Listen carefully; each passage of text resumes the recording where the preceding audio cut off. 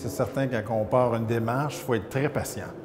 Puis il faut laisser les gens de dire « What's in it for me ».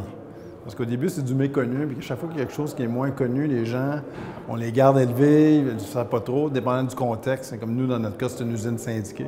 Que si vous êtes dans un environnement qui est des situations qui sont plus difficiles, c'est de prendre le temps d'expliquer, de ventiler, puis de commencer petit, de commencer avec un projet, puis de chercher des petites victoires.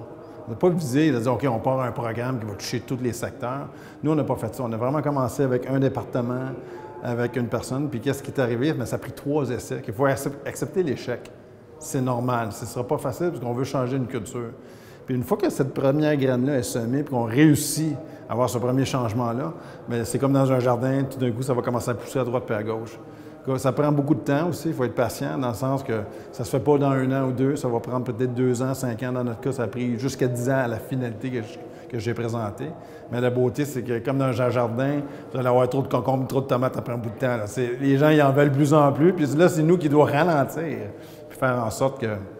Il faut aussi doser les choses, mais il faut créer ce contexte-là, puis il faut beaucoup de patience, il faut laisser la chance à l'erreur, puis il faut être persuasif. Il faut répéter jusqu'à temps que le muscle se développe.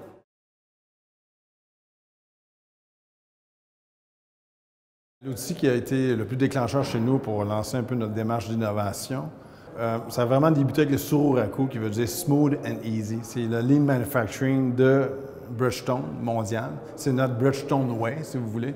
C'est juste à travers la standardisation lorsqu'on parle de standard, c'est chaque personne est expert de son domaine. On a 100 opérateurs différents. On a 100 classifications différentes dans cette usine-là, 1300 personnes. On ne peut pas connaître les 1300 emplois par cœur. Qu'est-ce qu'on demande aux gens, c'est d'écrire eux-mêmes leur expertise, leurs standards.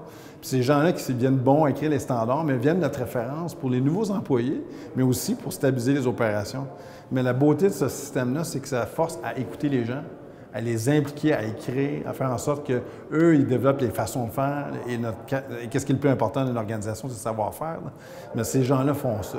Puis ça permet de créer ce mouvement-là. De plus qu'on a étendu ce Sururaku-là, cette standardisation-là, on l'a impliqué dans les concepts de projet, de gestion environnementale, prévention accident de travail, nommez-le. C'est rendu à travers l'usine. C'est notre façon de faire.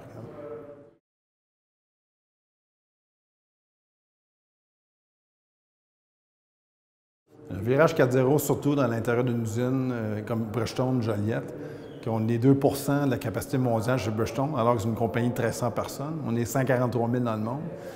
Une des forces de Bridgestone, c'est cette humilité-là de travailler avec tous les pays avec des cultures différentes. À titre d'exemple, nous, les directions d'usine, on se rencontre à plusieurs reprises, dont nos équipes, ensemble. Je vais avoir des gens qui sont de l'Amérique latine, qui vont être d'Argentine, Costa Rica, Brésil, les États-Unis, le Japon, tout dans la même salle.